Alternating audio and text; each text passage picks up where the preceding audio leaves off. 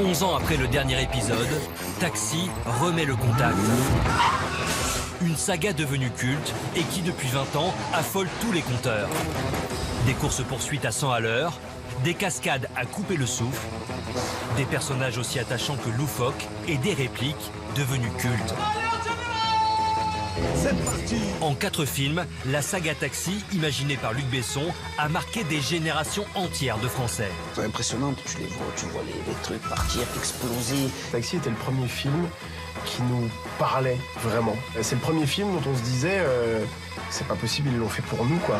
Sincèrement, c'est la première fois que je voyais un film français avec des voitures, des poursuites, des dérapages.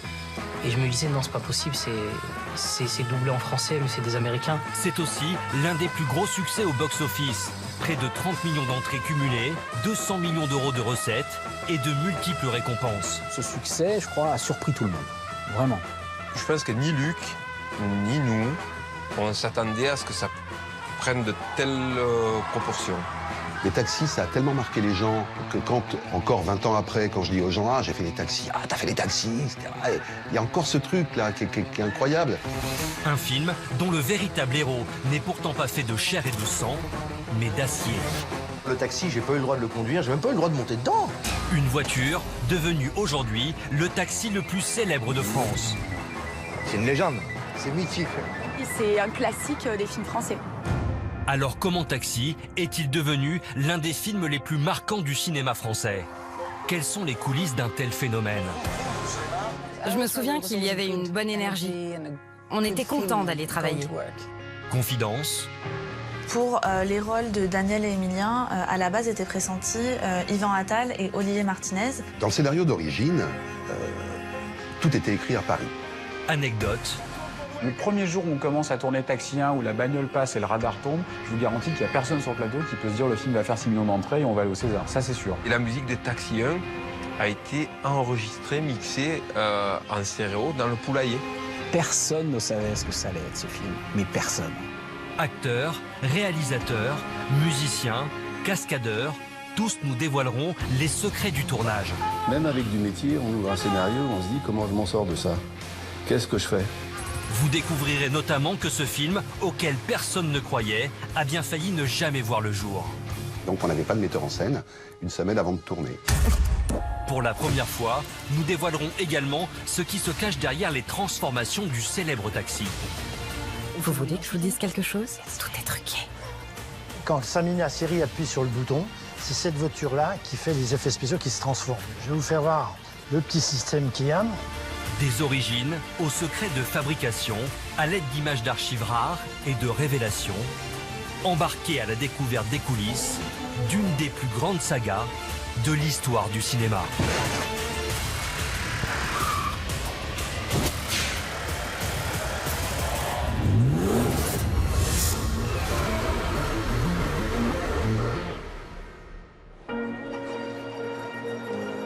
Dimanche 8 avril 2018 à Paris.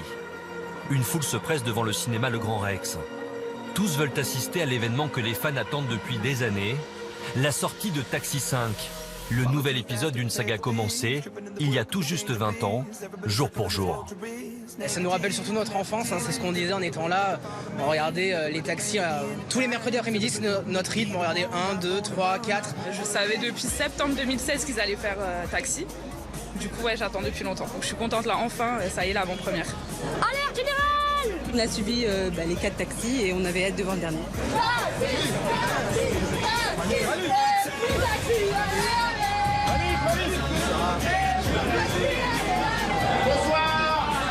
Nouvelle équipe, nouveaux acteurs, mais toujours le même Taxi et toujours la même excitation pour les spectateurs. C'est le film que j'attendais le plus, vraiment.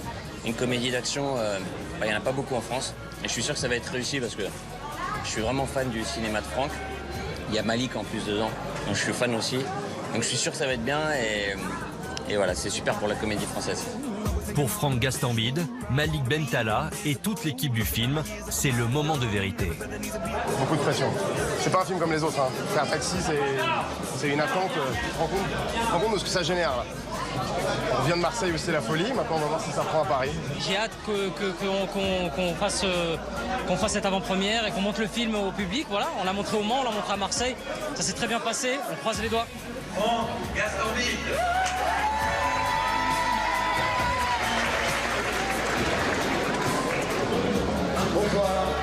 Taxi 5 marque la naissance d'un nouvel opus et surtout le retour sur les écrans d'une saga de légende. Mais pour comprendre comment est née l'une des franchises les plus rentables du cinéma français, il faut remonter plus de 20 ans en arrière.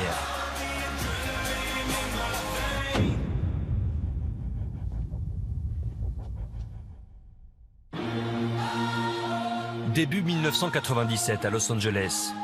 Luc Besson termine sa superproduction, Le 5e élément. Mais il a déjà un autre projet en tête. Un film qui mêle action et comédie, Taxi. Il a ce projet, il a cette idée et il y croit vraiment. Je pense qu'il part un peu serein, mais tout va pas se passer comme prévu.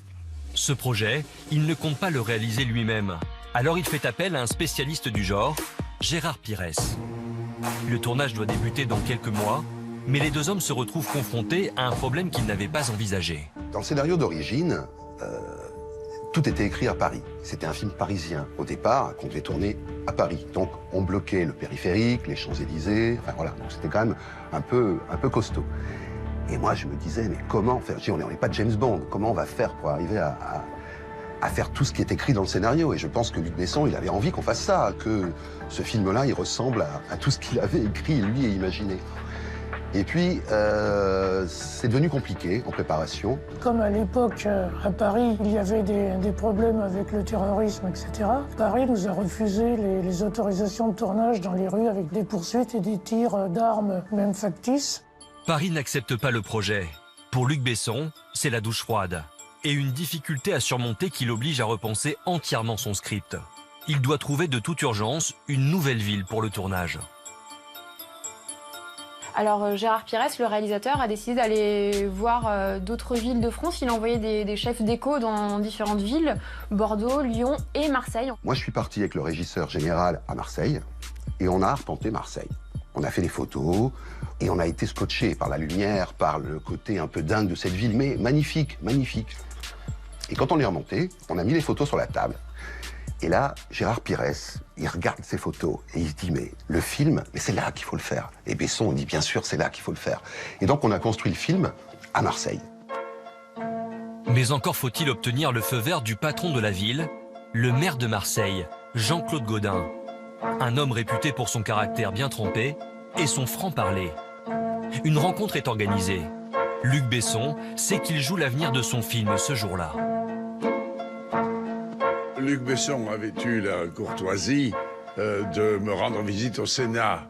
Et donc, il m'a expliqué, bien entendu, comment il voyait la réalisation de ce film Taxi, qu'il souhaitait que l'essentiel se déroule à Marseille. Et bien entendu, j'ai été très favorable. Et je me rappelle très bien Jean-Claude Gaudin dire voilà, je vous donne les clés de la ville, mais vous me les rendrez. Je dis, ben évidemment que je vous prête les clés. Je sens à vous. Véritable coup de force, Luc Besson a réussi son pari. Implanter le film dans la cité phocéenne, autrefois délaissée des tournages. Ce qui les a intéressés dans la ville de Marseille, en fait, c'est qu'effectivement, ils avaient une palette complète, quasiment inutilisée. Parce que, à part les films de Pagnol, la ville de Marseille n'est quasiment pas utilisée au cinéma. Évidemment, c'est le côté, le climat, c'est le soleil, c'est la mer, mais c'est aussi l'esprit de Marseille. C'est pour ça qu'ils choisissent cette ville, c'est aussi pour pouvoir jouer sur les codes, l'accent du Sud, l'esprit marseillais en tout cas. J'ai habité, moi, à Marseille pendant 3 ans. Ouais, moi, j'adore cette ville. Taxi est important pour Marseille parce que ce film met beaucoup en avant la ville. De partout où je suis allé jouer avec Ayam, et même dans des pays où on a joué comme des pays du sud-est asiatique, en Thaïlande, on me parlait du film par rapport à la ville. Et ça, c'est un truc que nous, on aime beaucoup à Marseille. Ça veut dire que de montrer qu'on n'est pas pareil, de montrer qu'on est différent, de montrer qu'on a un mode de vie différent, un mode de pensée différent. C'est un peu du chauvisme, mais on adore ça. Même pas un rêve, cousin. Le Taxi prend l'accent marseillais et s'imprègne de la cité phocéenne. Autour de la Bonne Mère, Gérard Pires et Luc Besson ont trouvé un terrain de jeu idéal pour y mêler scènes d'action et comédie. Quelque part, Marseille va devenir le San Francisco de Gérard Pires, comme San Francisco a pu être utilisé au cinéma à Hollywood. C'est idéal.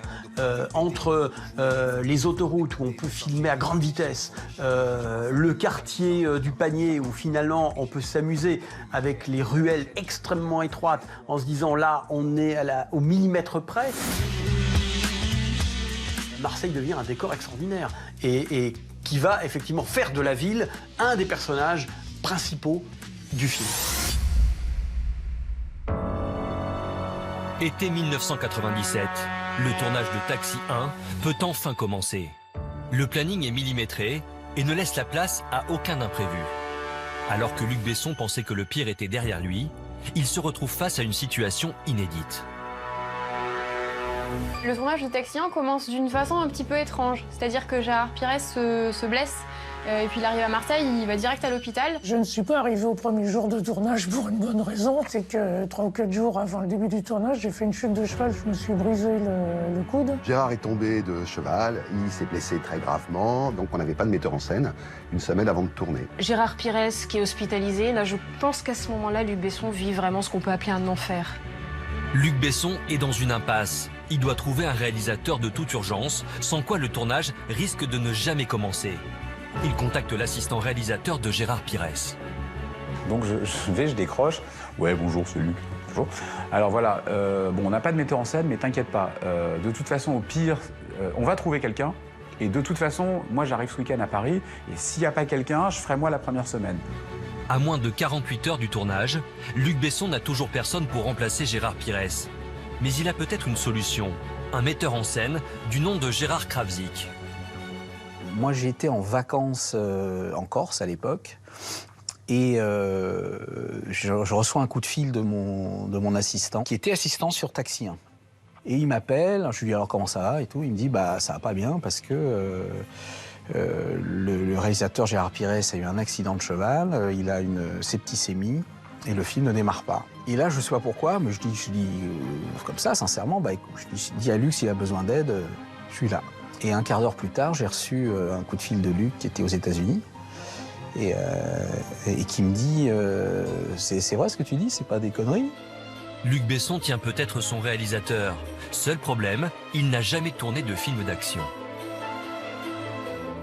À la lecture du scénario, je me suis dit, si c'était pas Luc Besson qui me proposait ça, je le ferais pas. Parce que moi, je venais d'un cinéma plus intellectuel, plus d'auteur, entre guillemets. Alors Gérard Krawczyk, c'est quelqu'un qui a réalisé 3 films avant Taxi. Donc 3 films plutôt dramatiques d'ailleurs. Donc c'est pas quelqu'un qui est vraiment spécialisé dans la comédie, dans les films à cascade. Cinéma d'action, j'en avais jamais fait. Et moi, je me serais jamais autorisé ni à écrire, ni à réaliser un film comme ça. Mais comme j'ai beaucoup d'admiration pour Luc, je me suis dit, je peux m'autoriser, ouais, bien sûr, allons-y, quoi. Il n'y a pas de problème, quoi. Le choix de Besson est un sacré coup de poker, mais il n'a pas le choix. Gérard Krawczyk débarque sur le plateau sans connaître personne, et sans le savoir, il va tourner dès son premier jour l'un des plans les plus emblématiques de la saga. Je fais le premier plan de Taxi 1, en fait, du radar qui tombe. Donc j'installe la caméra par terre, je m'allonge par terre pour bien voir le radar qui tombe.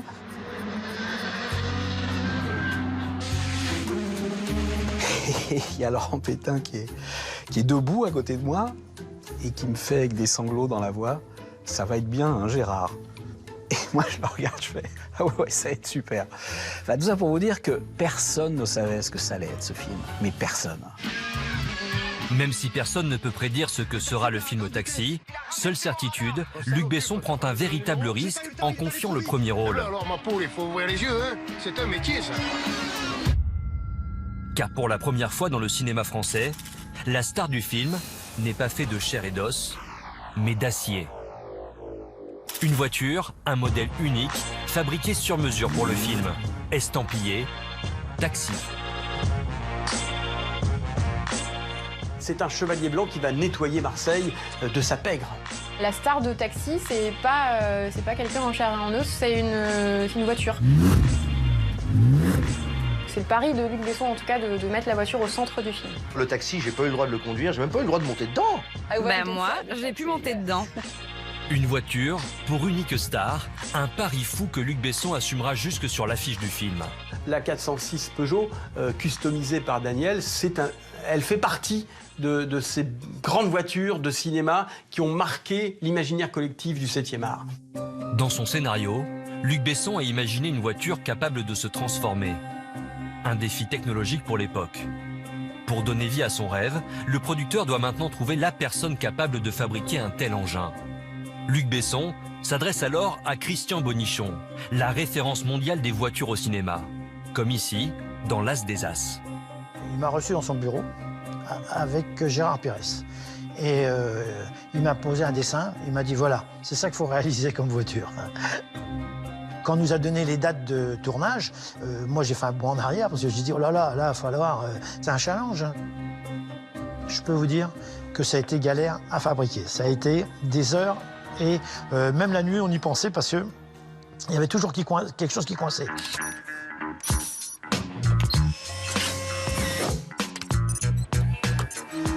À l'époque, tout ça est fait maison.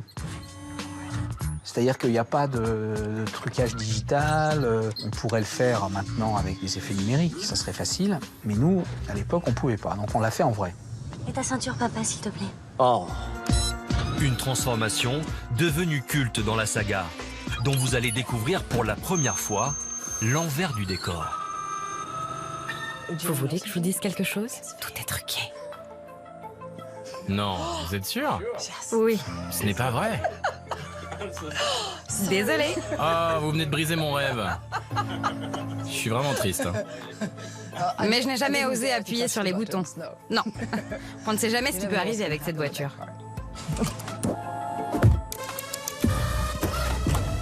Quand Samina Seri appuie sur le bouton, c'est cette voiture-là qui fait les effets spéciaux qui se transforment. Je vais vous faire voir le petit système qu'il y a.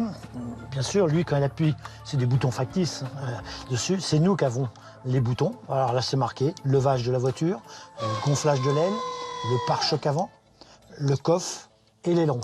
Tout ça, nous, on commande individuellement chaque mouvement. Alors cette voiture ne roule pas. Elle fait que des plans en position fixe. En moins de 6 semaines, Christian Bonichon fabrique non pas 1, mais 6 taxis pour les besoins du tournage. 6 modèles ressemblants, mais avec chacun sa spécificité, dont une voiture sans moteur pour les effets spéciaux, un modèle de course pour les poursuites, ou encore celle qui servira pour les plans d'intérieur. C'est seulement lors de la présentation devant l'équipe que Christian Bonichon va comprendre qu'il vient de créer une voiture très particulière. Samy, quand il a découvert la voiture, alors lui, tout de suite, il avait monté dedans, dessus. Dessus, la mettre en route, voir comment c'était et tout, dessus. Et même déjà, quand il l'a vu arriver, il a dit « Oh, quel look elle a, cette bagnole !» Ouais. Et ça a été pendant plus d'une demi-heure, tout le monde regardait, tout le monde voulait regarder. Vas-y, refais-la lever, fais-moi sortir l'aileron et tout. Ils ont tous été surpris de voir la voiture, c'est sûr. Quand ils l'ont vu sortir, ils se pensaient avoir un taxi, pas du tout une voiture comme ça. Le taxi de Christian Bonichon est prêt à prendre son envol. Et le moins que l'on puisse dire, c'est qu'en 4 épisodes, il va souvent défier les lois de la gravité, car la marque de fabrique de taxi, c'est avant tout des cascades. C'est toujours un défi de faire des scènes de cascade réussies, parce que c'est dangereux. Donc forcément, ça implique de l'huile de coude, ça implique des cascadeurs qui savent ce qu'ils font, qui risquent leur vie. Et bien évidemment, on s'en rend compte sur Taxi, rien n'est chiqué. Amateur de sensations fortes, Gérard Pires sait que le scénario écrit par Luc Besson est ambitieux et nécessite des moyens exceptionnels. Pour mettre toutes les chances de son côté, il va s'entourer d'une équipe quelque peu particulière. Alors Gérard Pires, pour ses scènes d'action, lui décide carrément de piocher dans ce qui se fait de mieux en fait. Il va travailler notamment avec Michel Julienne, qui est le fils de Rémi Julienne. Pour les cascades, il va aussi s'entourer de grands pilotes automobiles pour que ce soit le plus réaliste possible.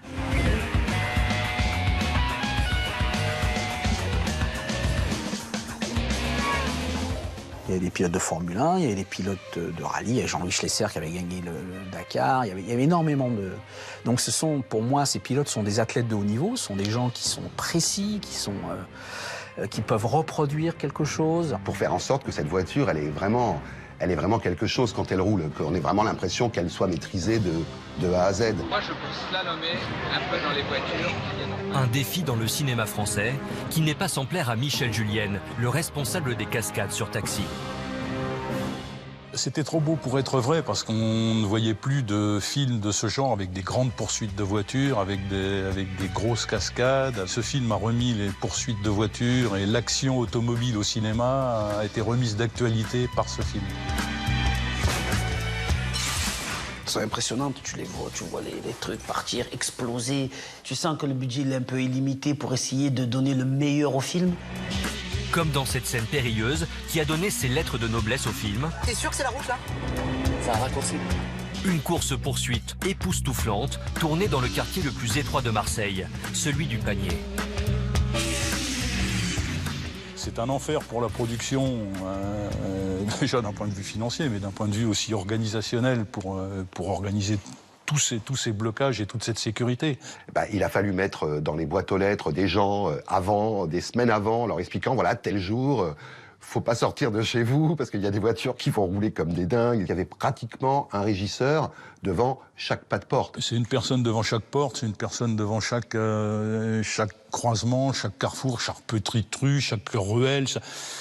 Partout d'où peut arriver quelqu'un, il fallait mettre une personne pour des raisons de sécurité. Et c'est ça d'ailleurs qui est jouissif à l'écran, c'est que c'est hyper cool de voir ces voitures à fond dans les petites rues du Panier. C'est ça aussi qui est très impressionnant et c'est ça qui donne le côté réaliste au film. Avec une voiture pour star, Luc Besson doit trouver des acteurs capables d'interpréter les rôles. Comme celui de Daniel, un chauffeur de taxi, amateur de vitesse, ou encore Émilien, un jeune inspecteur maladroit. Mais pour convaincre des acteurs de monter dans le taxi, la tâche s'annonce beaucoup plus compliquée que prévu.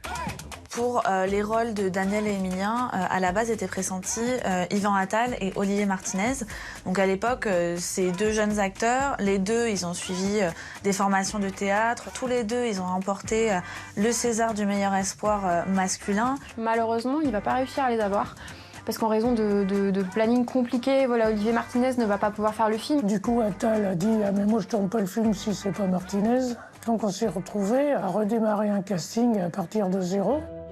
Loin de se décourager, Luc Besson auditionne des dizaines d'acteurs pour trouver le conducteur de son taxi. Mais aucun d'entre eux ne lui convient. Le producteur se souvient alors d'un jeune figurant dont il a croisé le regard bleu perçant par le passé. Alors Sami Nasseri en fait connaissait déjà Luc Besson, il avait joué dans Léon. En fait c'est lui qui fait partie du SWAT qui va secourir la petite Mathilda qui est jouée par Nathalie Portman. Donc Luc Besson connaissait déjà Sami Nasseri. Puis tout d'un coup, je crois que Besson et Pires se sont dit bon lui il a une bonne tête, lui il a ses incroyables yeux bleus, il a ce sourire étincelant qui fait fondre n'importe qui. Donc on va le prendre parce que il incarne la jeunesse d'aujourd'hui. C'est là où on a vu très rapidement que Sami était le comédien adéquat. Et à mon avis, à la vitesse à laquelle il est parti, là, à l'heure qu'il est, il doit pas être loin de Mars. Luc Besson et Gérard Pires doivent maintenant rechercher l'acteur idéal pour donner la réplique à Sami Nasseri. Si Daniel est un personnage sûr de lui, celui d'Émilien l'est beaucoup moins, avec toutes ses maladresses. Qu'est-ce que tu fais? Je vais au bureau. Mais il est 3h du matin. Hein?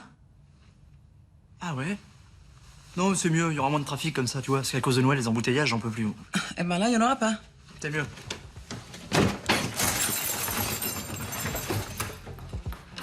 On se retrouve tout à l'heure au bureau.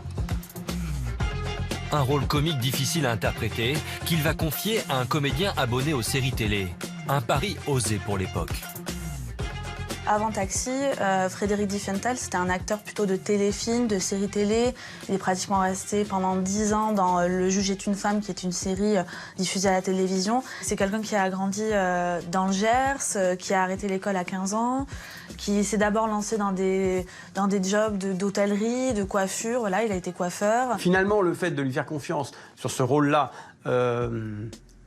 rôle de flic maladroit, mais au cinéma, pour lui, c'est un énorme saut qualitatif. Je veux dire, tout d'un coup, il joue dans la cour des grands. Là, il passe du petit bassin au grand bassin. On aime bien ce côté un peu loufoque, maladroit qu'il entretient dans ce rôle. Tout le sel du script de Taxi repose sur cette étrange association. Un duo improbable, à l'image des grandes comédies françaises qui ont traversé le temps. Comme le tandem formé par Philippe Noiret et Thierry Lhermitte dans Les Ripoux, ou celui interprété par Pierre Richard et Depardieu dans Les Compères. Là, on a Frédéric Diffenthal, Samina Seri, qui sont réunis sur un même film, duo un peu comique et improbable à la fois, et en même temps, on a un film d'action, un film à grand spectacle. Et c'est ça aussi qui est novateur à l'époque. C'était un peu leur chance, c'était leur début, ils n'étaient pas très connus avant, ou même voire pas du tout, et c'était une tellement grande opportunité pour eux d'un seul coup de créer ce duo incroyable. Pour l'époque, c'est un énorme risque de prendre des acteurs qui ne sont pas connus du grand public, surtout pour un film avec un budget pareil, c'est-à-dire c'est un énorme film quand même, c'est une énorme production, Taxi. Le choix de Besson et Pires s'avère gagnant. La complicité entre les deux acteurs crève l'écran. C'est pas très grave, ça fait une plombe qu'ils sont partis. Ah bon? Ouvre tes yeux, il est vide le garage, il n'y a plus personne. Ah ouais, ils sont plus là. Ah ouais, ils sont plus là. Comme dans les grandes comédies françaises, autour de ce duo explosif gravite toute une galerie de rôles secondaires avec chacun son trait de caractère. Celui de Lily va révéler une actrice devenue star aujourd'hui. Daniel, c'est qui le nain là? C'est un pote. Ah ouais? Tu fais dans les schtroumpfs maintenant? Dans Taxi, Marion Cotillard joue à la perfection la petite amie jalouse de Daniel. Marion, c'était, je crois même que ça a été son premier vrai film. Et elle avait, au niveau du casting, fait une différence énorme avec les autres comédiens. Marion, c'était tout de suite, on voyait qu'à la limite, elle était sous-employée, Marion, par rapport à son rôle, quoi. Parce que c'est vrai que le rôle était important, mais le potentiel était bien plus grand que ça, quoi. Bah, c'est une tueuse. Elle a le rythme, elle a tout. Marion, on était tous amoureux d'elle. Ça, je le tiens à le dire, Marion, si tu nous regardes, on était tous amoureux d'elle. Voilà, Marion, c'était la fraîcheur, la pétillance. C'était une espèce de, je sais pas, une espèce de bouffée de fraîcheur, comme ça, sur le plateau. Ah, c'était incroyable. Elle était incroyable, Marion. L'autre touche féminine du film a marqué tous les fans de la saga Taxi, avec sa plastique venue d'un autre univers. Petra, Emma, on avait quand même une top modèle. Pas une mannequin, une top modèle, attention. Qui sortait de clips de George Michael, quand même. On avait quand même cette femme avec nous, quand même. Petra, c'est le personnage un petit peu sexy, et je dirais même impossible, de la police. Il fallait bien qu'Emilien tombe amoureux de quelqu'un. C'était le couple improbable, mais en même temps, ils allaient tellement pas ensemble que finalement, ils étaient faits pour être ensemble, quoi, voilà. Vous savez, Luc, il cherchait une femme grande et blonde. Et vous savez, je suis pas sûre qu'il m'ait choisi pour mes talents d'actrice. Désolée, je devrais pas vous dire ça, mais je pense qu'il m'a plus choisi pour mon physique, ma taille, parce que je suis grande et blonde. Petra, quoi. La pétillante Emma Joberg ne laisse personne indifférent sur le plateau. Mais elle a tout de même un petit défaut, elle parle très peu français. Je parle français, moi. Pour moi, qui ne parlait pas du tout français, c'était un vrai challenge. Et puis Petra était allemande. Encore pour l'accent, ça allait, mais j'ai vraiment dû travailler très dur. Je prenais des notes en phonétique. Et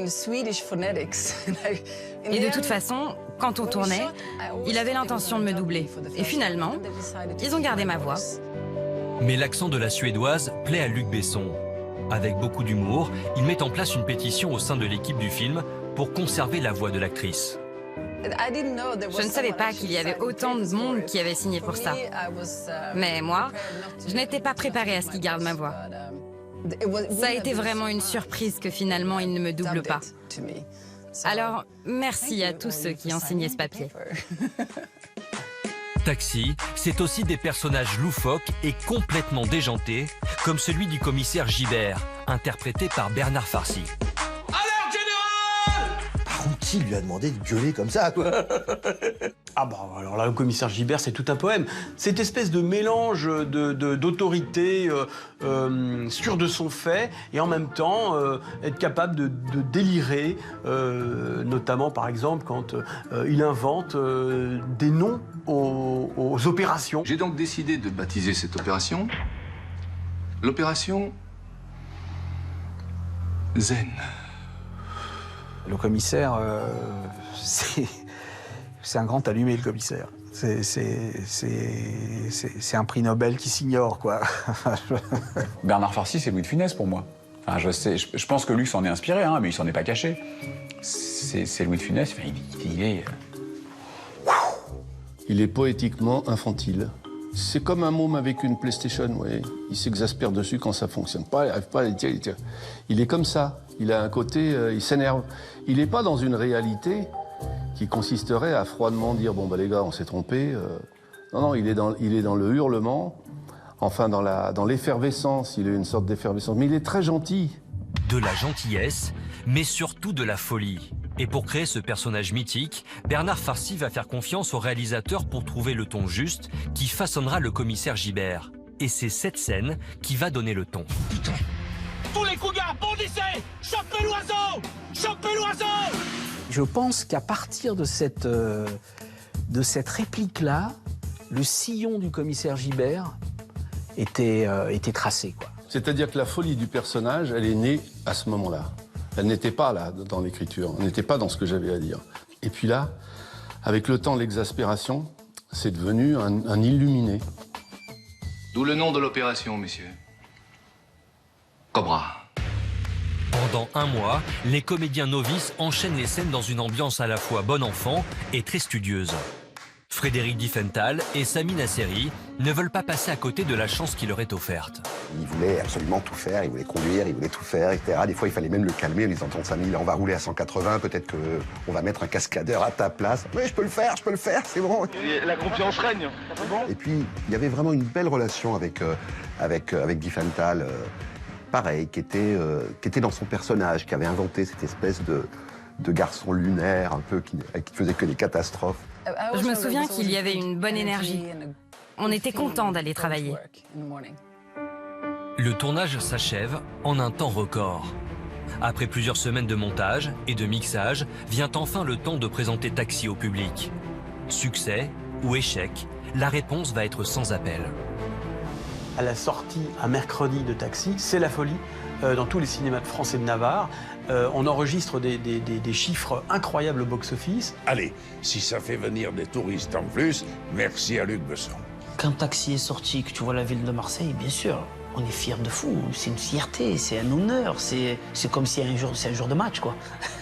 Mon premier souvenir de Taxi, c'est ça. C'est une salle pleine à craquer, avec toutes les générations rassemblées pour se voir ce film. Et sans le savoir, on était en train d'assister à la naissance d'un mythe. Sami Nasseri, premier super-héros arabe.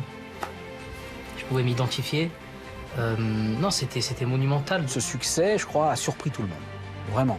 Luc Besson, qui affectionne les blockbusters à l'américaine, ces films d'action, nous amène un blockbuster made in France, quelque part, via Taxi. En 8 semaines d'exploitation, Taxi est vu par 6,5 millions de spectateurs. Un succès populaire phénoménal qui obtiendra même la consécration auprès des professionnels du cinéma. Une reconnaissance extrêmement rare pour un film de cascade. Et ça va les amener jusqu'au César, où le film est nommé dans 7 catégories, dont celle du meilleur réalisateur et du meilleur film. Ils vont repartir avec 2 statuettes, celle du meilleur montage et du meilleur son, ce qui est quand même extraordinaire pour un film qui aurait dû ne jamais voir le jour.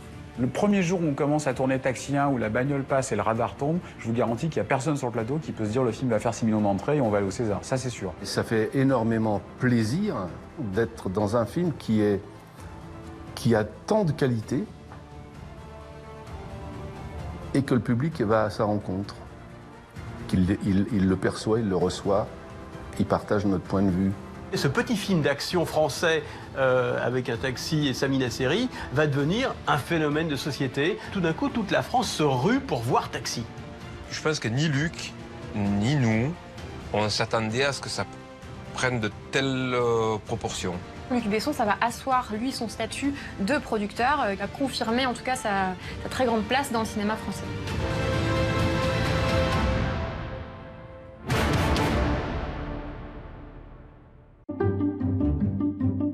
Luc Besson sent qu'avec Taxi, il tient peut-être là sa première franchise en tant que producteur. Le rêve de tout studio. Alors, sans perdre de temps, il se remet au travail. Luc Besson, il appelle et dit « Bernard, tu vois, il y a une suite, on reprend les mêmes et on recommence ». Et tout le monde était d'accord, tout le monde était content. Il m'a appelé en disant « Bon, Jean-Jacques, t'es libre en ce moment ?» Je lui ai dit « Écoute, oui, pourquoi ? T'as un projet de film ?» Il me dit « Ouais, on va faire Taxi 2, je crois. » Je dis « Ah bon, Taxi 2 ?» Il me dit « Ouais. » Et puis l'histoire est encore plus dingue. Donc voilà, je dis « Allez, Panko, on y va. » Ouais, c'était rigolo, c'était chouette. Si l'équipe de Taxi 1 semble enthousiaste, Luc Besson doit maintenant convaincre une personne essentielle de le suivre dans cette nouvelle aventure. Le réalisateur Gérard Krawczyk. C'est lui qui avait remplacé Gérard Pires au pied levé sur le tournage du premier volet. Mais problème, le scénario de Taxi 2 est loin d'être achevé. Il me fait venir et il me dit bon, je vais te raconter Taxi 2. Alors, il met un dictaphone sur la table. Il me dit bon, il y a des trous, hein, mais je vais te raconter Taxi 2.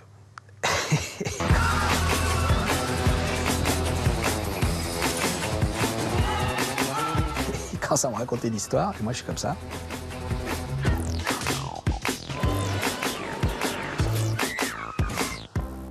Et après, il éteint le dictaphone et il me dit il y a des trous, mais on va les boucher les trous, mais tu veux plus le faire? Parce qu'il me voyait, je bougeais pas, j'étais.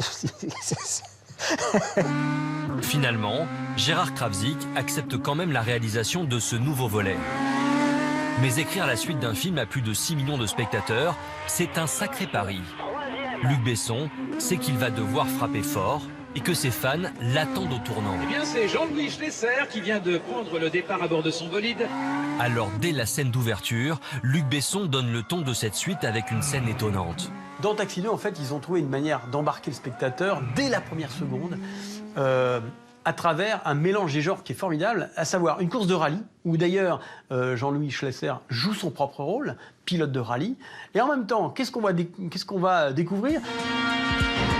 C'est que derrière, vous avez le taxi blanc qui va gagner la course uniquement parce qu'en fait, il doit amener à l'hôpital une femme enceinte qui est sur le point d'accoucher. Ne vous inquiétez pas, ma petite dame, on est presque arrivé. Ce jour-là, Gérard Krawczyk et le pilote de rallye Jean-Louis Schlesser décident de faire une blague à l'acteur Michel Muller pour le mettre tout de suite dans la peau de son personnage. Ça, monsieur, c'est les vacances, hein ? Il y a à l'arrière Michel Muller qui est à gauche et sa femme à droite.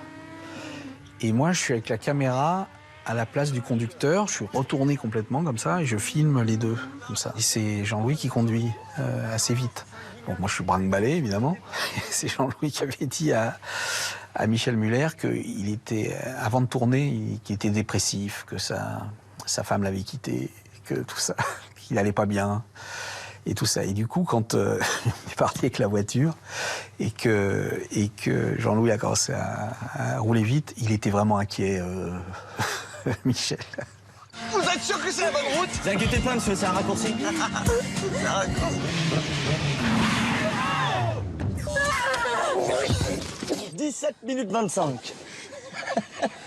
Mais c'est toujours comme ça. C'est quand ça s'arrête que les gens sont malades, jamais pendant. Pour la suite de Taxi, Luc Besson voit les choses en grand et ne se fixe aucune limite. Alors, quand j'ai lu le scénario de Taxi 2, je me suis dit, attends, là, la barre est montée très haute, ça va être encore un peu plus compliqué. Si tout doit être plus spectaculaire, cela commence par le célèbre taxi blanc de Daniel. Accrochez-vous. Qui, cette fois-ci, doit voler. Ah bah ça c'est la grande idée du film, c'est effectivement d'utiliser une voiture à transformation. C'est tout ce dont les gamins rêvent. Une voiture, vous appuyez sur un tableau de bord caché et tout d'un coup vous avez des ailerons qui se déploient.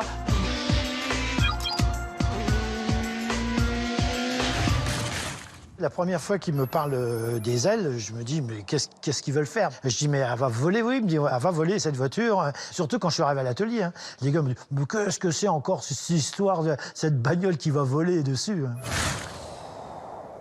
J'ai un objet non identifié en approche sur la piste numéro 1. Et c'est un peu une super voiture.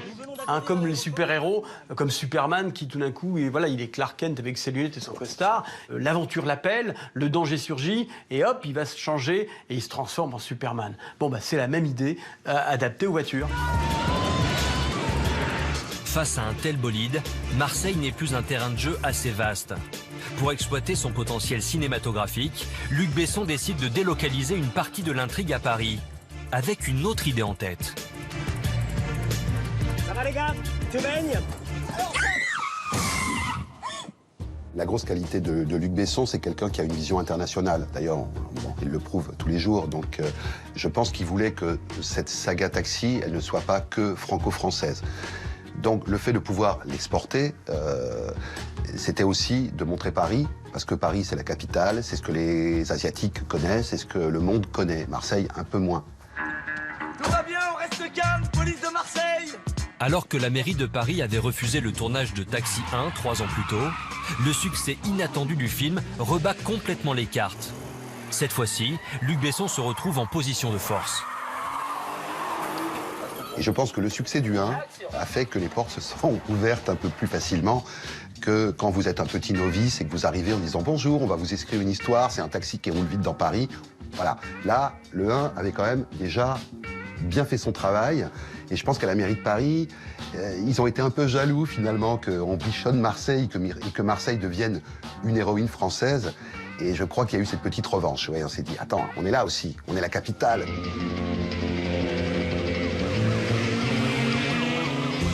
Et c'est dans la capitale que la folie Taxi prend toute son ampleur. Quai de Seine, Champ de Mars, Tour Eiffel. Luc Besson lave l'affront du passé en exploitant chaque mètre carré.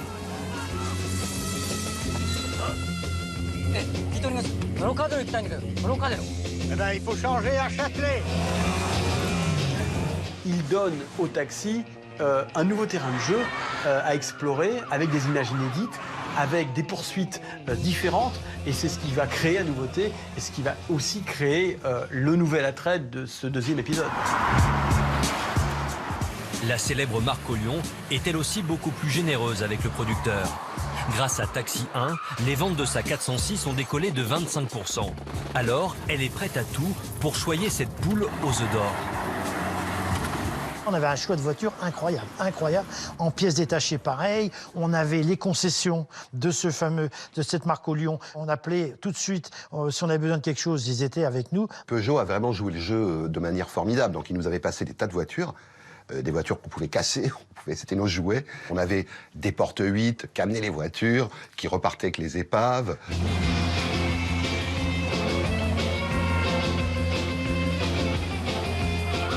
Cette débauche de moyens exceptionnels va atteindre son apogée lors d'une scène spectaculaire tournée au pont Bir Hakeim. Arrivé au pont Bir Hakeim, je me souviens, un soir de repérage. Et là, tout le monde dit « Waouh, c'est formidable, faut qu'on le tourne là ». Et quand même, je regarde les trottoirs et je vois que les trottoirs sont très très hauts au pont Bir Hakeim. Les trottoirs sont très très hauts. Et je vais voir Rémi et je lui dis « Mais tu crois que les voitures vont arriver à monter là pour faire ta cascade ?» Et là, il me regarde, il me dit « Mais non, mais tu vas me fabriquer des faux trottoirs. » sur 400 mètres. J'ai dit ok, très bien. Donc on a fabriqué des faux trottoirs pour que les voitures puissent monter à l'aise et faire la cascade. Gérard Krawczyk, désormais aguerri aux scènes d'action, se lance même le défi de reproduire l'une des scènes les plus spectaculaires de l'histoire du cinéma. au pont de Bir Hakeim. Je voulais faire un hommage un peu aux Blues Brothers. Mais dans les Blues Brothers, à la fin, les bagnoles de police, il y en a, je sais pas, il y en a 200, quoi. Il me dit, t'en as mis combien? Je lui dis, j'en ai mis 7. Il me dit, bah, mets-en 15. À Paris, quand un amour fleurit, ça fait pendant des semaines de cœur qui se sourit, tout ça passe d'une scène à Paris. C'est vrai que c'est une séquence étonnante, très réussie, en même temps avec cette espèce de jouissance régressive à pouvoir écraser les unes sur les autres des bagnoles de police. Et ça, c'est toujours très réjouissant. Si les cascades sont l'un des points forts de la saga Taxi, l'humour est aussi très important. Pour faire rire les Français, Luc Besson va rapidement étoffer le rôle du commissaire le plus sympathique de France. Dans ton chemin, si Paris a changé. Cornichon, Alerte générale! Allez, ninja! Luc Besson, à ce moment-là, a une fois de plus du pif, c'est-à-dire qu'il a vraiment senti chez Bernard Farcy tout son potentiel comique et tout ce qu'il pouvait apporter au personnage de Gibert. L'exubérant commissaire. Alors lui, c'est le personnage, un de mes personnages préférés. Il est toujours loufoque, toujours fou et toujours avec ce charisme. Tu te demandes à chaque fois, à chaque taxi, qu'est-ce qui va nous sortir? Dans quelle connerie il va amener son enquête? Chaque fois, on se demande qu'est-ce qui va se passer. Cornichon, Bernard Farcy, déjà, il arrivait sur le plateau, il nous faisait rire déjà, même sans rien faire. Donc, ah oui, ce personnage, il a dit des phrases qui sont devenues mythiques. Moi, j'ai quand même un souvenir dingue, c'est que les enfants, dans la cour des écoles, s'envoyaient des phrases comme ça de Bernard Farcy, des phrases cultes. j'ai sauté, bonsaï! Dans Taxi 2, Gibert, il a augmenté la dose de sa naïveté catastrophique. Il n'y a pas de prix Nobel dans l'entourage de ce pauvre commissaire Gibert, qui lui-même, faut bien le dire, n'est pas un polytechnicien. J'ai suivi un cours de japonais. Ah oui, ça c'est compliqué, de dire bonjour en japonais, oui. Konnichiwa, donc. Alors des fois, il y a des gens qui me disent « Oh, cornichon-a ». Je dis « C'est pas une marque de cornichon. Ça veut dire bienvenue en japonais. Konnichiwa. Si vous avez bien regardé le film, c'est ce que je m'évertue à expliquer à ma bande de bras cassés. Cornichon, Vous allez voir, c'est très simple à prononcer. Alors d'abord con, hein, con comme Émilien, par exemple. Après nichon. Je dis pas ça pour vous, hein, Petra. Vous avez le... Mais c'est pour l'exemple. Et A comme... cornichon, Allez-y. Cornichon, C'est pas mal. Ça veut dire quoi exactement? Ça veut dire bonjour en japonais. Et ensuite, quand arrive le japonais, le ministre qui descend de son avion, et je suis tout fier de dire un seul mot en japonais. Ah, konnichiwa! Konnichiwa! Qu'est-ce qu'il dit là? Bah, la même chose que vous, chef. Hein. Ah putain, on n'est pas rendu. Konnichiwa! Konnichiwa! Konnichiwa! Konnichiwa! Avec ses répliques cultes et ses cascades audacieuses, la suite de Taxi suscite beaucoup d'attentes auprès des Français. L'engouement populaire est tel que même le sommet de l'État va finir par s'y intéresser. Oh non, pas la télé. Non mais juste 5 minutes, c'est le défilé, je vais voir si on n'aperçoit pas ton père. À l'image de la scène finale du film, où le taxi de Daniel termine sa course sur les Champs-Élysées, en plein défilé du 14 juillet. On dirait le taxi de ton ami Daniel, c'est drôle, non? Pour faire connaître son film à l'international, Luc Besson choisit un VRP de luxe. Le président de la République française, Jacques Chirac, Bonjour Jacques, monsieur Coutard. qui acceptera de faire une courte apparition. Chirac est tellement conscient que le film est populaire, c'est une des rares fois où un président de la République française apparaît vraiment dans un film. Le 14 juillet, il y a 3 équipes, on a tourné en parallèle à 3 équipes. Moi, je faisais partie d'une équipe avec Gérard Kravzik, on était sur l'Arc de Triomphe avec le colonel. On était vraiment au milieu du bordel des tanks et tout ça, avec le colonel qui parlait.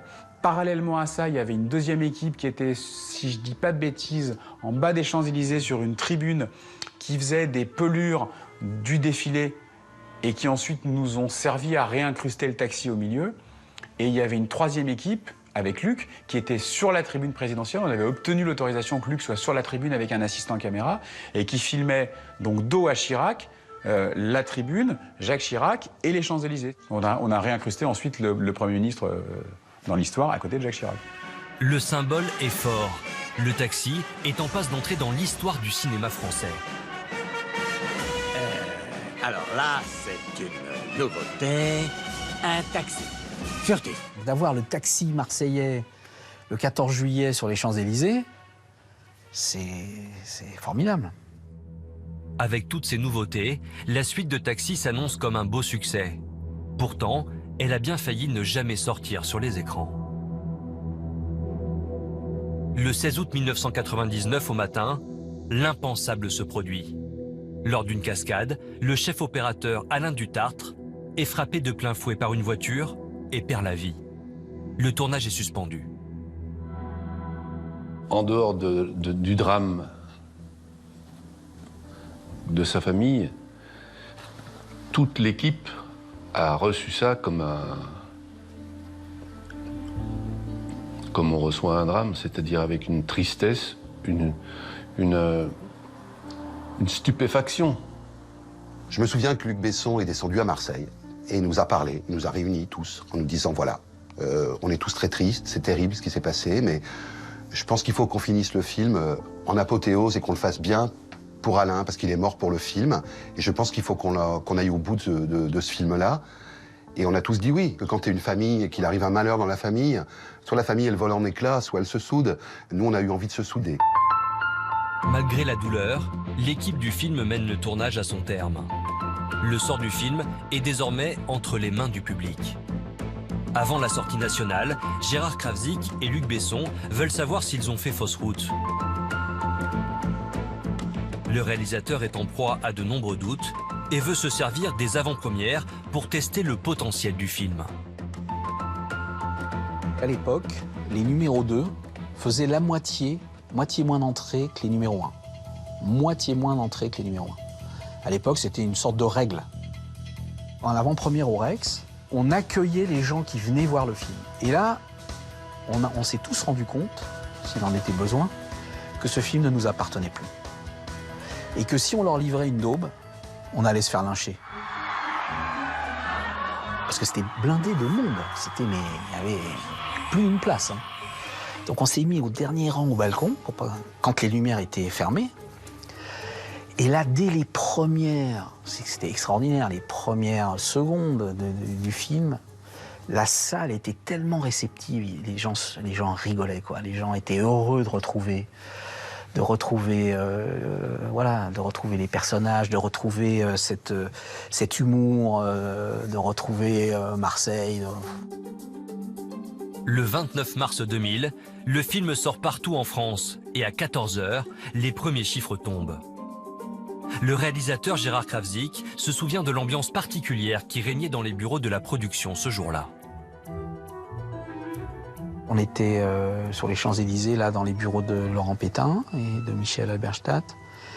Et le téléphone sonnait et on donnait les chiffres. Et Laurent Pétain disait les chiffres et engueulait les gens qui lui disaient les chiffres parce qu'il se disait, il y a une erreur, c'est pas normal, c'est trop. Premier jour de sortie de Taxi 2, 800 000 entrées. C'est le meilleur démarrage de l'histoire du cinéma français. Un véritable raz-de-marée dans les salles. En quelques mois, le film dépasse les 10 millions de spectateurs et se place en tête du box-office français. Un succès qu'aucun autre film cette année-là ne parviendra à égaler. Personne ne pouvait s'attendre à faire un score pareil. Et quand vous faites plus de 10 millions d'entrées, presque 11 millions, ça veut dire qu'il y a des gens qui sont retournés plusieurs fois. Donc c'est quand même un truc de phénomène, quoi. Les gens, ils ont envie de retourner, de voir leur héros, d'être avec eux, de se marrer avec eux. Et puis voilà, le film était encore plus dingue, encore plus délirant. Enfin, moi, je comprends que les gens ils aient eu vraiment envie de retourner voir la suite. Ouais, je le comprends tout à fait, ce succès. Bah non, on était super contents, quoi. Super contents. Ça voulait dire qu'il y avait un 3 qui allait venir. La saga Taxi est en marche et son succès déferle sur la France. Un succès qui s'explique aussi par la couleur musicale unique donnée à la bande originale du film. Luc Besson fait pour l'époque un choix audacieux. Luc Besson, c'est quelqu'un qui vit dans l'air du temps, qui capte l'air du temps. C'est une éponge, Luc Besson. Le mec, il a le nez, quoi. Il a le nez. Il sent ce qui se passe dans la société et il va se tourner vers le rap, en effet, pour faire la bande-son du premier Taxi. Le rap, à l'époque, n'est pas une musique qui bénéficie de la reconnaissance du grand public et même des élites.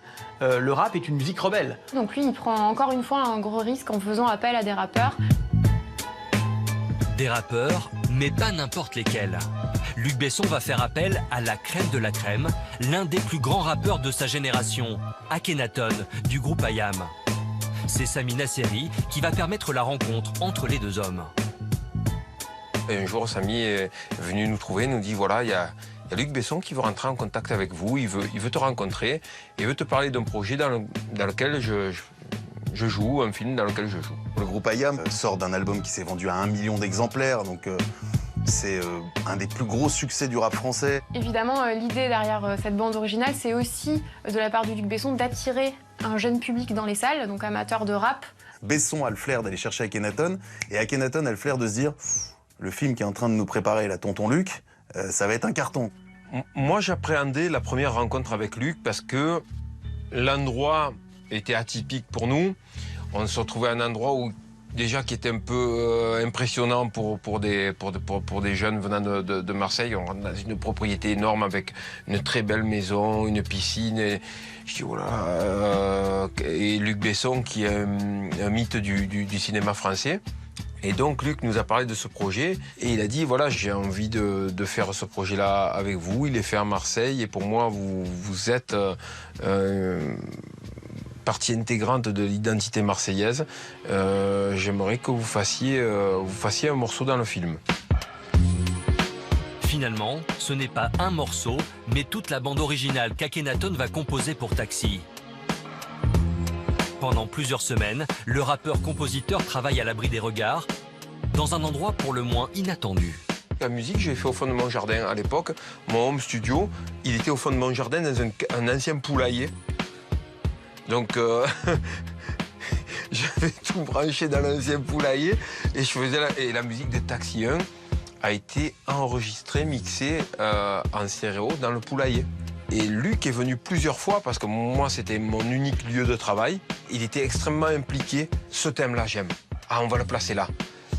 La rythmique n'est pas bonne, on la change, on va mettre ça. Ouais, on peut épaissir les cordes là, il faut qu'on sente plus de tension. Et en fait, on allait direct à l'essentiel. Dès sa sortie dans les bacs, la bande originale de Taxi 1 est un électrochoc chez les jeunes. Rapidement, les chansons du film inondent les ondes. Luc Besson et IAM ont réussi leur pari. La BO a été un grand succès très vite, puisque des radios comme Skyrock jouaient plusieurs morceaux de la BO toute la journée. Ça passait en boucle sur toutes les radios. La musique vraiment emporte le film et ça va à 100 à l'heure. C'est hyper dynamique. Puis ce côté rugueux et rebelle réveille le film, réveille les images. Et le film a eu un tel succès et a engendré un succès de la BO. Ça a été une sorte d'effet boule de neige. Taxi 1, c'est en effet la bande-son de toute une génération. Pour le troisième volet de la saga, c'est cette fois-ci deux jeunes artistes inconnus du public qui vont être choisis, Scalp et DJ Core. Un choix audacieux, mais une opportunité que les futurs producteurs de M. Pokora, Amel Bent ou encore Magic System vont saisir. Ça a été vraiment, moi, le premier gros projet sur lequel j'ai bossé dans ma carrière, réellement. On te fait pleinement confiance et on te laisse agir comme tu veux. On est parti bosser en Normandie, dans les studios de Luc, et c'était une expérience magnifique. Sur l'album, on retrouve les plus grands noms du rap français du moment. Mais le véritable tour de force de Luc Besson va être de réussir à convaincre Pharrell Williams, alors membre du groupe Neptune, de venir faire plusieurs titres sur la BO. Neptune, à l'époque, c'était incroyable. Ils sortaient de Britney Spears, de Puff Daddy, de Snoop, de Justin, enfin bref, que des gros projets. Tu vois, c'est Neptune et nous, on est des petits et on était super fiers d'être à côté d'eux, en fait, tu vois, c'était un truc de fou. Avec Taxi 3, le bolide retrouve son terrain de prédilection, la cité phocéenne. Un nouveau volet qui marque le retour aux origines marseillaises du fameux taxi blanc de Daniel. Daniel, c'est Marseille typique. Daniel, c'est voilà, c'est la famille, on va dire. C'est le taxi marseillais à la cool qui travaille avec son maillot de foot. Je perds le taxi qui conduisait là. Si on pouvait l'avoir tout le temps dans les taxis, ce serait le top. Alerte générale! Alerte générale! Alerte générale, le commissaire. Alors Marseille, c'est le foot, c'est Zidane et c'est taxi. Dès qu'il est sorti taxi, on n'était même pas Voilà. Et je me réalisais pas qu'il a 20 ans les films. Ah ben je réalisais. Alerte générale! Oh putain, ça ouais. Ça c'est une bonne réplique. C'est mythique. Il y a de l'action, les voitures ils sont trafiquées. Et la voiture, on dirait c'est la voiture du futur. Elle est très boutonnée. Déjà qu'au volant ils sont dangereux ici, alors en taxi volant, laisse tomber. Mais moi je roule plus vite que lui encore. Taxi, c'est les films de Marseille, c'est une légende. C'est authentique, ça représente Marseille, c'est un classique des films français.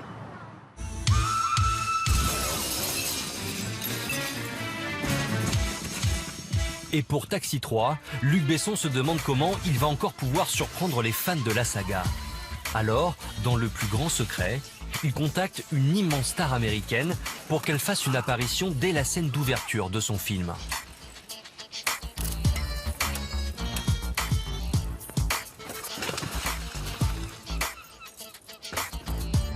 Sur Taxi 3, Luc Besson il va s'offrir quelque part un poids lourd, hein. C'est Sylvester Stallone. Alors la seule petite difficulté, c'est que Monsieur Stallone ne se déplace pas. T'imagines Sylvester Stallone qui joue Taxi? C'est énorme. Alors qu'est-ce qu'il va faire, Luc Besson? Luc Besson, il va prendre son taxi, il va prendre son acteur, il va prendre l'avion, direction Los Angeles, pour aller rencontrer Stallone et le faire tourner dans son film. Donc on arrive devant une barrière, on appuie une première barrière, une deuxième barrière, enfin on finit par arriver dans un nombre et on arrive devant la maison de Stallone. Et à ce moment-là, Luc coupe le moteur, il se tourne vers moi et il me dit « Steph, on est chez Rocky ». Et à un moment donné, Luc lui dit « Bon là, il va falloir essayer les costumes ». Et l'autre dit « Ouais, pas de problème ». Donc il enlève sa chemise et là, il se retrouve en Marcel. Et là, je me dis « Putain, c'est Rambo, quoi ». Le mec a des biceps, c'est 3 fois mes cuisses. Le type est absolument charmant, il essaye les costumes, ça se passe très bien. Vous êtes libre? Montez. Si d'ordinaire, les bras musclés de Stallone lui permettent de se sortir de toutes les situations, l'acteur américain accepte pour Taxi 3 de céder la vedette pendant quelques instants à Sami Nasseri et son taxi. Ça vous gêne pas si je mets un peu de musique? Non, mais on peut y aller là? C'est parti! Sylvester Stallone, on le découvre complètement à contre-emploi parce qu'il arrive et il a besoin du petit français pour le balader dans son taxi. Donc là aussi, c'est un joli coup de la part de Luc Besson d'avoir Stallone dans cette configuration-là. Allez, fini de jouer, tenez-vous.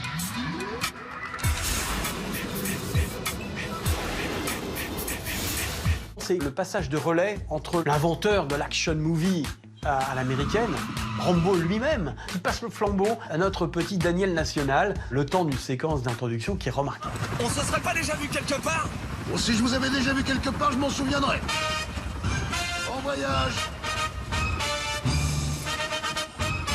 Oh bah Emilia, elle va jamais me croire. L'apparition de Stallone est brève, mais elle annonce la grande nouveauté de Taxi 3, son casting international. Pour donner la réplique aux acteurs français, Luc Besson est allé chercher cette fois la méchante du film sur un autre continent. Vous êtes le commissaire Gilbert? Non, pas encore, non. Inconnu en France, Bai Ling est à l'époque une star montante du cinéma asiatique, connue pour ses rôles dans des films à succès comme Anna et le Roi ou Wild Wild West. Elle parlait pas un mot de français, du coup elle a dû apprendre son rôle en phonétique, ce qui n'était pas vraiment un problème pour Gérard Krausik puisqu'il a l'habitude de tourner lui-même avec des actrices qui ne connaissaient pas forcément la langue française, qui étaient du coup habituées à jouer leur rôle en phonétique. Pour elle, ça a été quand même une véritable difficulté parce qu'apprendre tout un scénario, tout un texte en phonétique, c'est assez compliqué, mais elle a relevé le défi, elle l'a fait comme ça. Arrive une magnifique petite fée exotique, un bonbon très très joli, et là, le Gibert n'est pas amoureux, mais il est perturbé. Bonjour, je m'appelle Q. Q, c'est bio. Q, c'est un beau prénom, ça me plaît beaucoup. C'est tout un très joli Q. Quand j'ai changé les mots et que je lui ai dit je trouve que vous avez un très beau Q, je pense pas qu'elle ait compris, puisque moi-même, j'ai pas tellement compris en français ce que je disais. Merci beaucoup. On commence? Avec plaisir. Avec ses stars étrangères, la franchise Taxi prend une autre dimension, taillée pour les ventes à l'international. Luc Besson réalise là un petit tour de force et montre au monde entier que les Français peuvent aussi produire des sagas à succès. Luc Besson, il est influencé par les grandes sagas américaines. Il adore Spielberg. Il a toujours été un peu rêveur comme ça et du coup, il essaie de reproduire les blockbusters américains qu'il aime.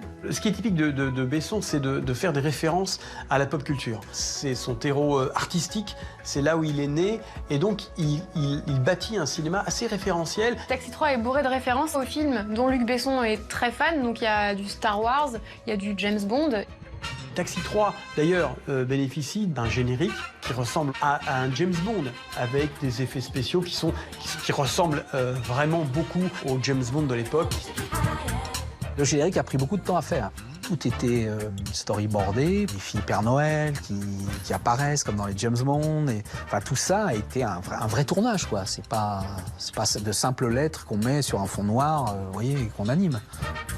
Mais James Bond, ce n'est pas qu'un générique, c'est aussi des scènes d'action qui restent gravées dans la mémoire. On sait très bien que dans les grands James Bond, vous avez toujours la séquence avec la poursuite en ski, et ça fait des scènes d'action totalement réussies. Une recette que Luc Besson va exploiter au moment de l'écriture de Taxi 3, en déplaçant une partie de l'intrigue au cœur des Alpes, à plus de 3000 mètres d'altitude. Je pense que sur Taxi 3, l'idée était d'emmener le taxi un peu là où on ne peut plus l'emmener. Et alors là, le taxi qui a l'habitude de rouler sur les routes de Marseille et Paris, là, il débarque à Tignes. Attention!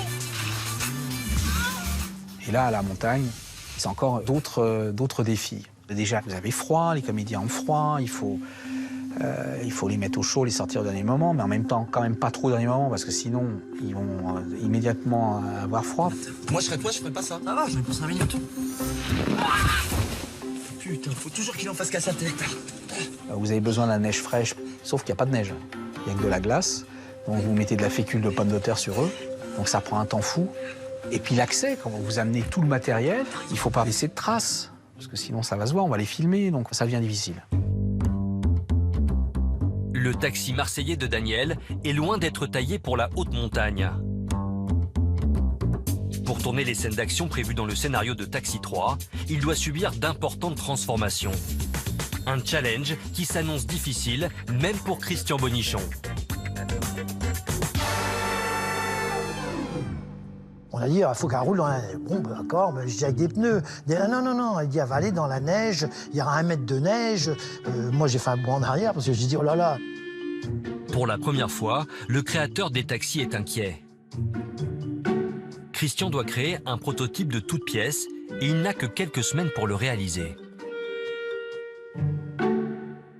On avait trouvé un fabricant qui fabrique des chenilles et qu'on devait installer en dessous la voiture. Et là, le gars nous dit au bout de 15 jours ou 3 semaines, bah non, je ne pourrais pas être prêt dans les délais. Je peux vous dire que jusqu'au dernier moment, on ne savait pas comment on allait mettre des chenilles sur cette voiture. On arrive à Tignes, et là, on discute avec un gars. Il me dit, au Canada, ils font des chenilles, que vous ôtez la roue, et vous pouvez adapter une chenille. Et Bonichon, sur une base de Jeep, je crois, il a mis la carrosserie de la Peugeot. C'était un truc aussi incroyable, quoi. On pourra jamais les rejoindre. Voilà, elle est finie, la poursuite. Elle est jamais finie, la poursuite. Une transformation étonnante qui va donner lieu à l'une des scènes d'action les plus incroyables du cinéma français. Ah ouais, ça a l'air pas mal. Dis-moi, tu l'as déjà essayé? Jamais.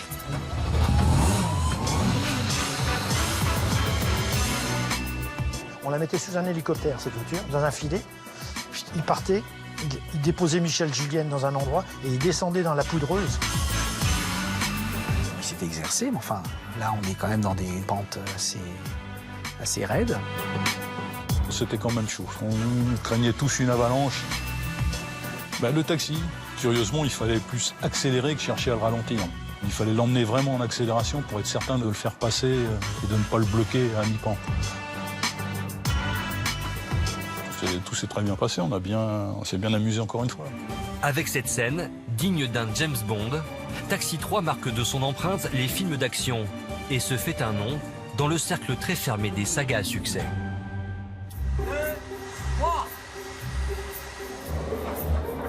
Mais ce que le public ne sait pas, c'est que pour l'écriture de Taxi 3, Luc Besson s'est retrouvé confronté à un problème de taille. Ce qui est marrant, c'est qu'un peu après la fin de Taxi 2, Luc m'appelle et me dit « On va faire un Taxi 3 ». Sauf que moi, j'étais enceinte. J'attendais ma fille. Je lui ai dit « Non, non, non, je ne peux pas le faire, je vais avoir un bébé ». Et il m'a dit « Ok, on va faire en sorte que Petra soit enceinte ». Et il a réécrit l'histoire. Emilia, Ouais. je suis enceinte. Non. Si. C'est plutôt une bonne nouvelle, non? Bah oui, bien sûr, oui, mais depuis quand? Depuis 8 mois, Emilia. Non. Si. Luc Besson tire profit de la grossesse d'Emma Joberg à son avantage pour écrire l'une des scènes de comédie les plus amusantes de la saga. Pourquoi tu m'as rien dit? Mais ça fait 8 mois que j'essaie de te le dire. J'ai mis du chou-fleur dans toutes les pièces. Là, là et là. Je me demandais aussi ce que ça faisait là, ça. Et regarde, j'ai mis au moins 20 photos de l'échographie. Il y en a partout. Le plus drôle dans l'histoire, c'est qu'au moment de tourner cette scène, l'actrice Emma Joberg avait déjà accouché depuis plusieurs semaines. J'ai commencé à tourner et j'avais déjà accouché depuis 6 semaines. Et ils m'ont mis une espèce de gros ventre, alors que moi, j'avais toujours le mien, vu que j'avais pris 25 kilos pendant ma grossesse. J'étais très grosse.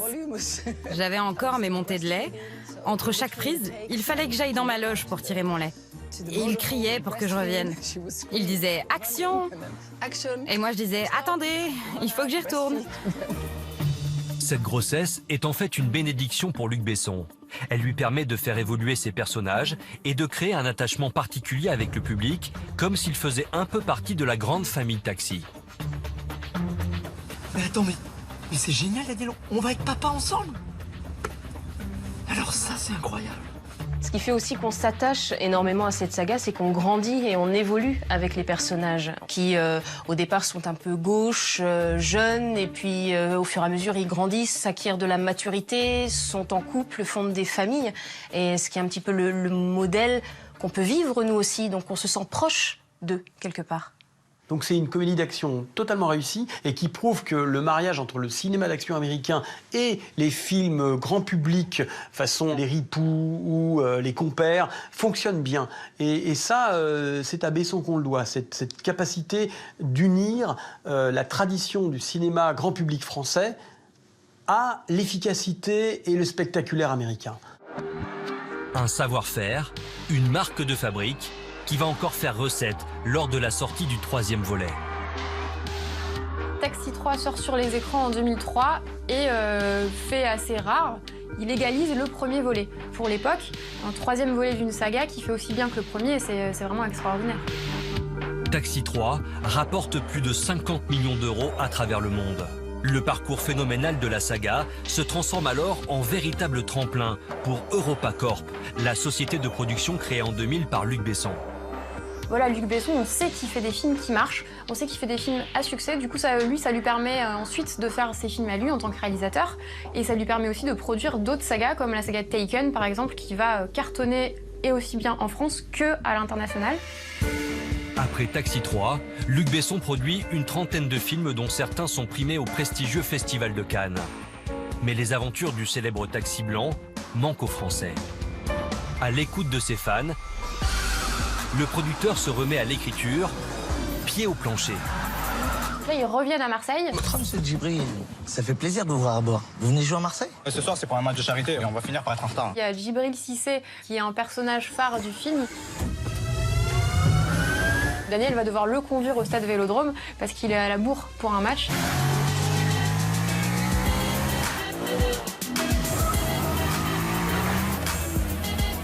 Et évidemment, le symbole de Marseille, forcément, c'est l'OM, c'est le stade Vélodrome. Et là, le taxi va s'engouffrer dans le stade. C'est vraiment une scène incroyable. Elle est rentrée sur la pelouse du Vélodrome. Et là, tout le monde avait peur, me rapparaît toujours. La pelouse d'un stade, ça coûte très cher. Ça nécessite beaucoup d'entretien. Si vous roulez dessus, c'est mort. Il pensait que la voiture, en arrivant, allait en dérapant, allait arracher toute la pelouse. Mais en fait, on l'a moins esquinté qu'un match de football. 7 minutes 32. Merci pour la course. Et c'est pour le spectacle. La première chose qu'on a dit, quoi?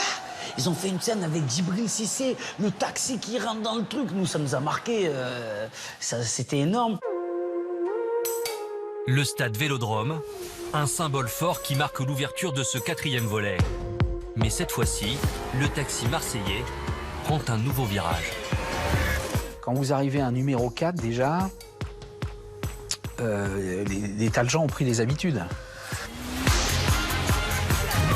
En voiture! Allez, général! C'est une redistribution des cartes. Au cinéma, il n'y a rien de pire que l'habitude. On a mis un peu la pédale douce sur les cascades et au profit de la comédie. Là, on est dans un retour à la comédie pure, avec la montée en puissance des seconds rôles, incarnés par Bernard Farcy et Édouard Montout. Des seconds rôles forts dans la saga, une recette qui fonctionne, à tel point que le public en redemande. Et pour basculer définitivement dans la comédie, Luc Besson a sa petite idée.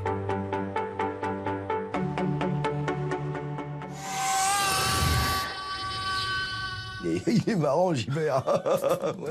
Bernard Farcy, au fur et à mesure de la saga, il devient de plus en plus important parce que le public le trouve vraiment rigolo et que du coup, on a envie de le voir encore plus, on a envie de le voir encore plus dingo. Ça, c'est marrant, quoi. Et dans le 4, il a un rôle très important dans le 4. Il devient quasiment le personnage principal. Est-ce que je me suis bien fait compris? Oui, chef! J'étais tout content de reprendre le costume de Gilbert. Je l'ai d'autant plus accepté sans trop d'hésitation que mon rôle avait considérablement augmenté. Et Bernard Farcy qui porte la comédie dans Taxi 4, ça donne ça. Tu sais ce qu'il te dit, le petit poulet? Une scène déjantée, inspirée par un personnage mythique du cinéma. Al Pacino dans Scarface, là on a le commissaire Gilbert. Et là, alors, il se prend pour Rambo, plus Scarface. Il est maître du monde. Qui c'est que le number one maintenant, hein? Tirer avec ses mitraillettes et tout ça, c'est pas que ce soit plaisant parce que c'est bruyant. Mais c'est là, on est dans la cour de récréation, on est dans le jeu, on est cow-boy, enfin, vous voyez défiler des banderoles de trucs. Pour moi, c'est plaisant d'être dans une situation ou excessive comme ça, où finalement, toutes ces balles tirées ne feront que des douilles sur lesquelles je vais tomber, et pas une goutte de sang.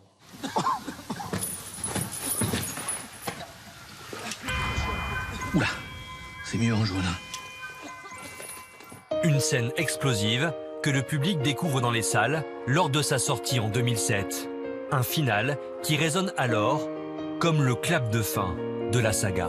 Un film qui est développé sur 4-5 épisodes, avec autant de succès, autant d'appétit du public pour le voir, c'est quand même pour lui qu'on joue, répond avec cette constance, cette fidélité, et ça justifie un peu notre métier.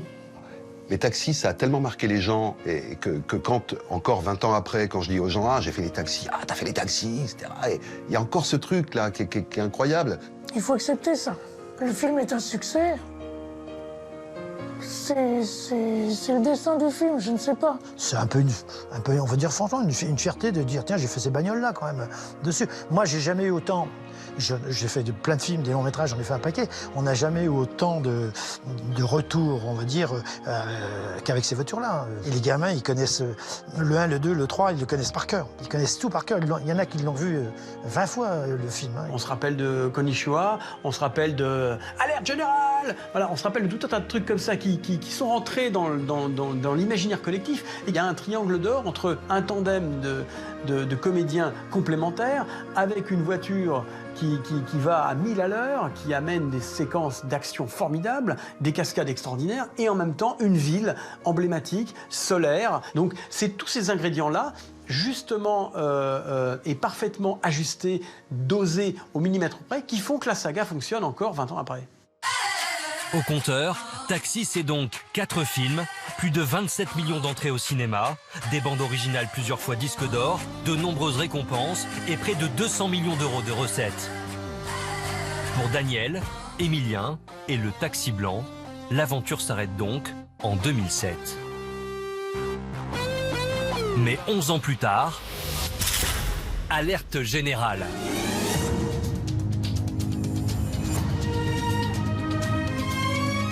Petite révolution dans la saga des taxis. Le duo Sami Nasseri, Frédéric Diefenthal laisse la place à 2 petits nouveaux.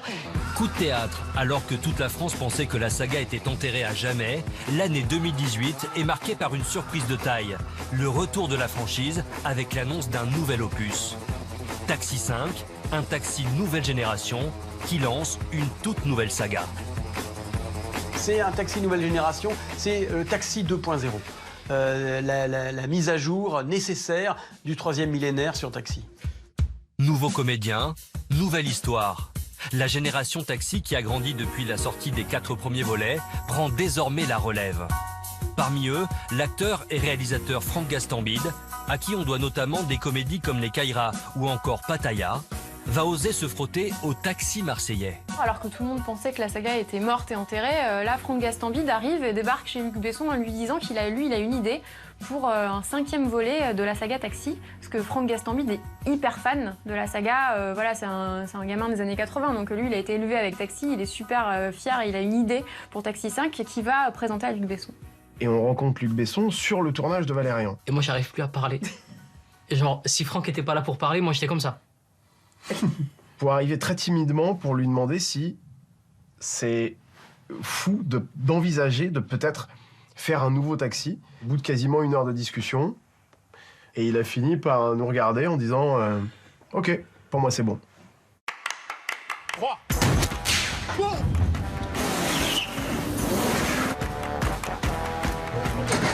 Franck Gastambide a désormais le feu vert pour réaliser un nouveau volet.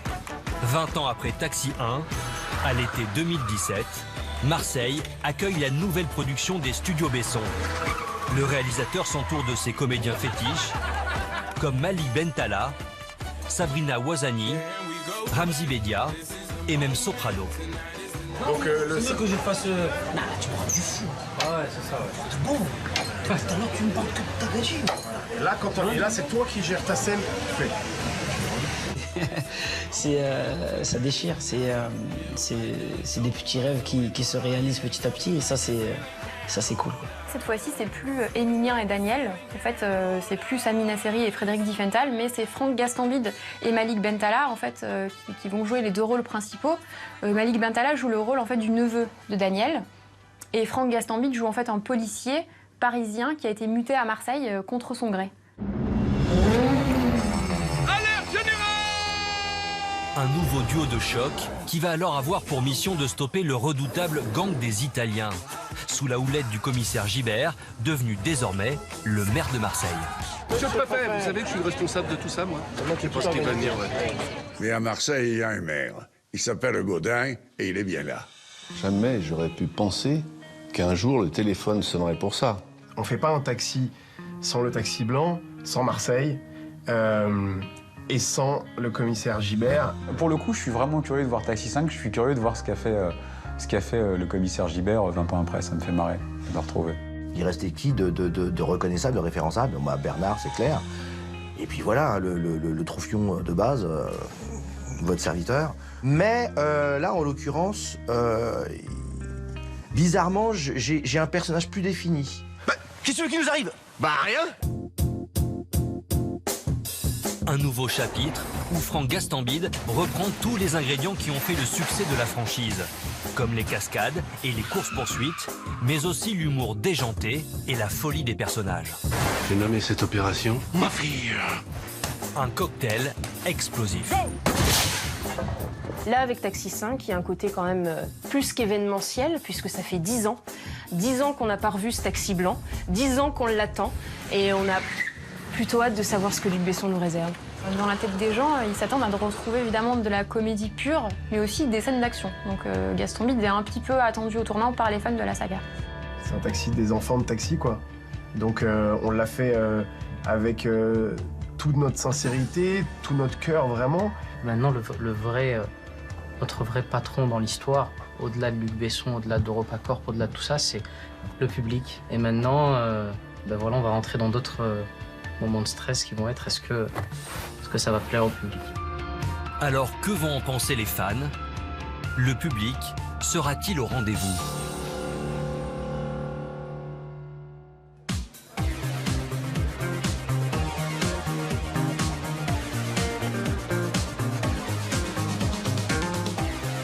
« 8 avril 2018 à Paris. C'est dans l'un des plus grands cinémas de la capitale que des centaines de spectateurs et de journalistes se sont donné rendez-vous pour un événement, l'avant-première de Taxi 5. Un nouveau volet attendu avec impatience par les fans de la saga. Je savais depuis septembre 2016 qu'ils allaient faire Taxi. Du coup, ouais, j'attends depuis longtemps. Donc je suis contente là, enfin, ça y est, l'avant-première. Alerte générale! On a suivi les 4 taxis et on avait hâte de voir le dernier. Oui, on attend vraiment cette saga depuis longtemps. On avait vu tous les autres taxis. On a vu la bande-annonce, on a vu les acteurs, donc on a vraiment hâte. Opération Ninja! Le retour de Gilbert, c'est super. C'est comique, en même temps il y a de l'action. Je suis hyper content, ça fait longtemps que je l'attendais et ouais, ça fait plaisir. J'ai beaucoup d'attentes quant à ce film, surtout c'est les nouveaux acteurs qui renouvellent la saga, donc beaucoup d'attentes, mais je pense que ça va être sympa. Top départ pour l'événement. Franck Gastambide et Malik Bentala, attendus par le public, ouvrent le bal. Bonsoir! Suivi de près par le papa, producteur et scénariste de Taxi, Luc Besson et toute la bande du film. À quelques minutes de la projection, malgré la bonne ambiance apparente, la pression monte d'un cran. Beaucoup de pression. C'est pas un film comme les autres. Hein. Faire Taxi, c'est une attente. Tu te rends compte de ce que ça génère là. On vient de Marseille où c'était la folie. Maintenant, on va voir si ça reprend à Paris. J'ai hâte qu'on fasse cette avant-première et qu'on montre le film au public. Voilà, on l'a montré au Mans, on l'a montré à Marseille. Ça s'est très bien passé. On croise les doigts. Franck Gastambide.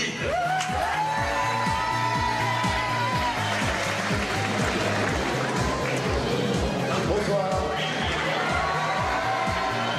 Moi, je vous demande de faire beaucoup de bruit pour mon binôme, Malik Bentala.